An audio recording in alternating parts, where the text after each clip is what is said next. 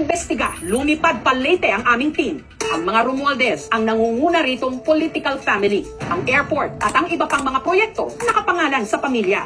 Sa pananaliksik ng aming team, napag-alamang hindi lang flood control projects ang hinawakan ng SunWest sa Leyte, 1st District. Sa kabuuan, 6 billion pesos ng mga proyekto ng DPWH ang inaward sa kanila.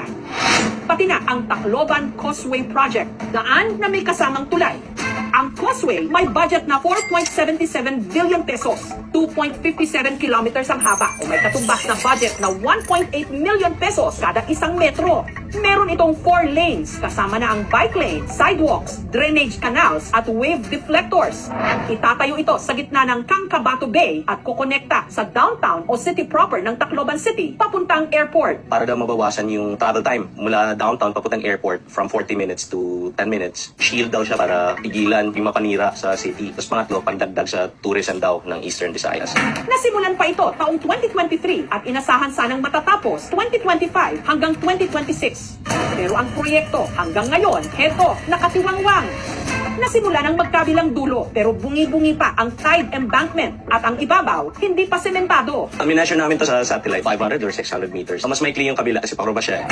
Unang nasuspinde ang construction ng Tacloban Causeway taong 2023. Nag-request yung committee that's responsible for the environment ng mga papeles approving na tama yung ginawa niyong studies para ma-justify yung construction na to. Wala silang maipakita. At mula nung nadawit si Zaldico at ang SunWest sa flood control scandal, hindi na ito gumalaw pa. Nakakagalit, hindi yan bilyon eh. I mean, basura yan eh. Ganyan kamahal tapos ganyan yung epekto sa kalikasan tsaka sa kabuhayan ng mga tao dito. Aba, marami pa sanang pwedeng paglaan ng mas importanteng bagay para sa mga tao ng Tacloban kaysa dito.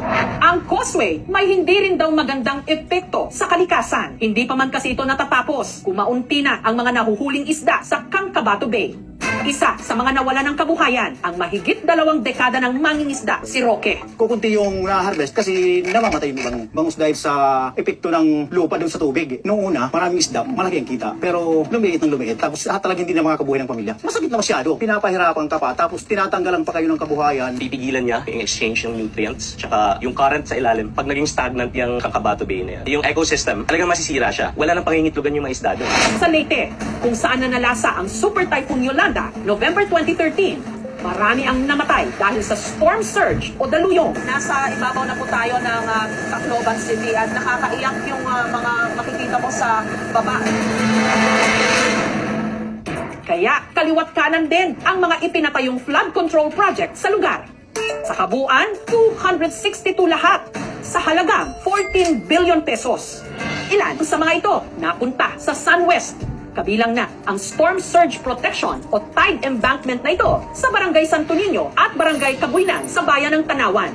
Idinisenyo ang proyekto para proteksyonan dapat ang mga barangay sa storm surge. Pinondohan ng mahigit 1 billion pesos. May 2023 sinimulan ito at inasahan sanang matatapos July 2025. Pero nung nag-expire ang kontrata nitong 2025, 60% pa lang ng proyekto ang natapos.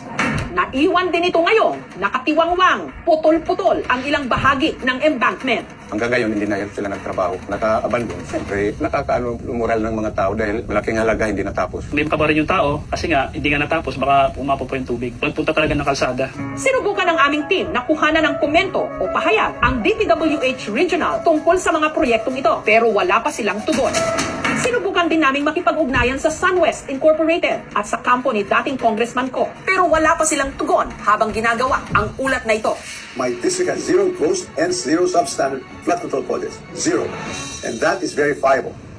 Pero sa pag-iimbestiga ng aming team, napag-alamang dito sa bayan ng Tanawan, nasakop pa rin ang distrito ni Romualdez, may isa pang proyekto na ilang buwan pa lang napapakinabangan ng mga residente. Bumigay na! Tinungo ng aming team ang proyekto sa Barangay Balod. At ito ang kanilang nadatnan doon. Isang malaking uwang dahil ang bahaging ito ng dike, bumigay. Sinimulan daw ang flood control project na ito February 2024. Habang ginagawa ang dike, may napapansin na raw ang kapitan ng barangay na si Ginny. Mayroong bakal pero yung bakal pares lang ang laki, 12 mm. Dapat ipinipison para season. Tapos di naman nila sinison, tapos binuhusan nila agad. Sinabi ko, hindi matibay ang pagkagawa ng lupa. Nobyembre nung taon din yon, nakumpleto ang proyekto. Pero nito lang Enero o 13 buwan mula nung ito'y napakinabangan ng publiko, napansin nang may sira na ito. Sinabihan ko yung foreman kung pwede sana tanggalin para di rin masyadong masira. Pag tingin namin, may bitak na itong simento na ito. Hanggang pinakiramdaman namin, patuloy siyang bumibitak. Kaya syempre, nangangamba kami na bahain kami. Kasi kung tumaas ang tubig, apektado naman kami dito sa barangay. Ang pondo na inilaan sa flood control project, 96.4 million pesos. Ang contractor, Aqualine Construction Corporation.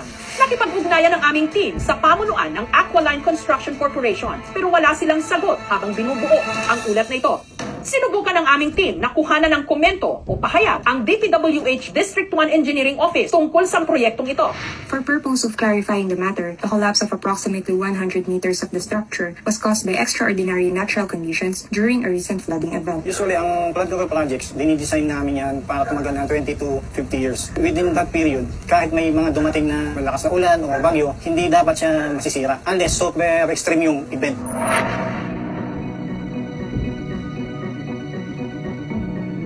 Yung kagawa nila ng mga bakal at saka sa ilalim, mas matibay ngayon. Samantala, tumanggi ring magpa-interview si dating House Speaker Romualdez. Pero sa huling pahayag ng kanyang legal team nito lang Biyernes, sumulat ang kampo nito sa Office of the Ombudsman na ipa-disqualify ang investigasyon. Anya, dapat independent body ang mag-imbestiga dahil may bias di umano ang mga naunang pahayag ni Ombudsman Boying Remulla.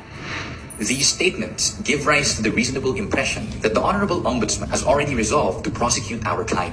Sinikap din ng aming team na kuhanan ng panig si Remulla pero wala siyang tugon. Ang pakikipagsabuatan ng isang pribadong kontraktor at mga matataas o kahit hindi mataas na opisyal ng gobyerno ay pinagbabawal bilang isang forma ng korupsyon. Reclusion perpetua o 40 years yung pagkakakulong para sa mga krimeng ito. Nariyan din yung pagbabalik, yung sapilitang pagbabalik o pagbayad, hindi lamang ng multa, kundi pati yung mga nakuha mula sa pamahalaan. Wait and see tayo kung saan pupunta itong sinasabi ni Boying Remulla na kakasuhan at huhulihin na yung mga big fish. Dahil yung iba kasing mamamayan natin ay medyo cynical at skeptical dito. Dahil nga dun sa nangyari last year na nag-overpromise at nag-underdeliver.